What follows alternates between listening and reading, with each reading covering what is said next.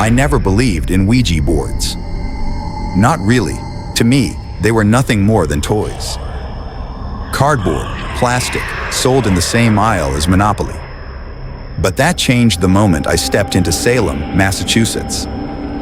There's something about Salem. The air feels heavy, as though centuries of screams and prayers still hang in the streets. Tourists fill the town every October, laughing and drinking, taking pictures with costumed guides.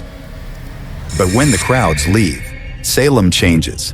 The cobblestones seem darker. The silence feels sharper. That's when I found the shop.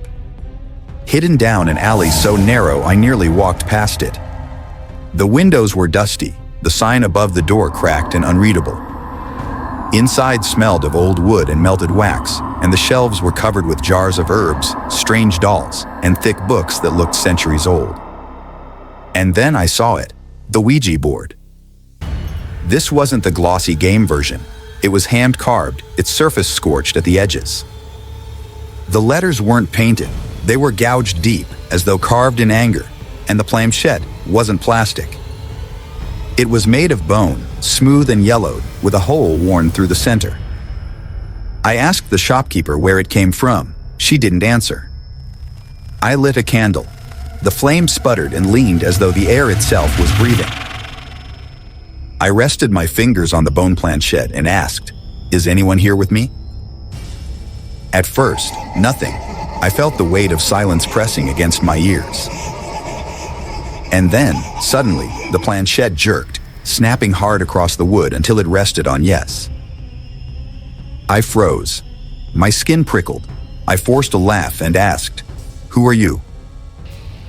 The planchette began to scrape, slowly, deliberately. K-A-T-E. My breath caught in my throat. Kate Morgan. I knew that name. I had read about her. A woman found dead in the late 1800s. Some called it suicide, others murder. Her death remains unsolved. They say her ghost still lingers, searching. My voice shook when I asked, "What do you want?" The planchette dragged across the board. S-T-A. Why I lifted my hands, trembling.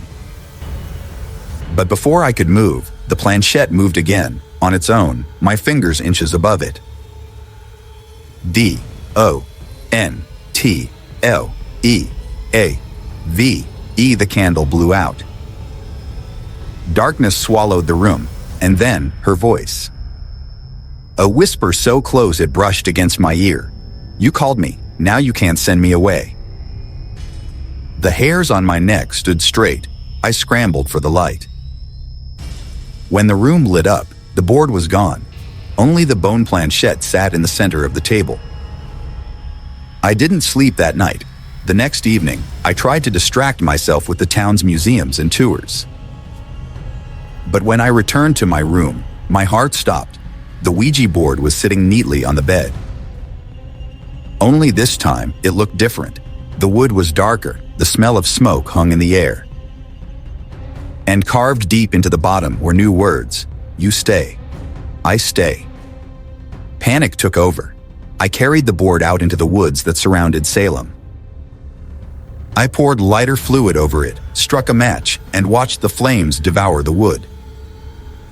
The fire roared high, cracking and popping until there was nothing left but ash. I stayed until I was sure it was gone. That night, when I stepped into my room, my stomach lurched. The board was back on the table, whole, untouched. But this time, it was wet, dark red liquid soaking the grooves of the letters. New scratches spelled, "You cannot leave Salem." I didn't pack. I didn't think. I just ran. By sunrise, I was on a bus out of Salem. Hours later, home at last, I finally let myself breathe. Maybe it had all been in my head, but waiting on my porch was a package. No name, no address. Inside, the Ouija board. The stench of smoke and iron clung to it. On the back, carved deep, "You belong to me." I haven't touched it since, but it doesn't matter. Every night at 3:15, the knocking begins. 3 sharp raps. 3 sharp raps, then whispers, circling my bed just before dawn. Sometimes I wake to the planchette moving on its own, spelling words I won't read.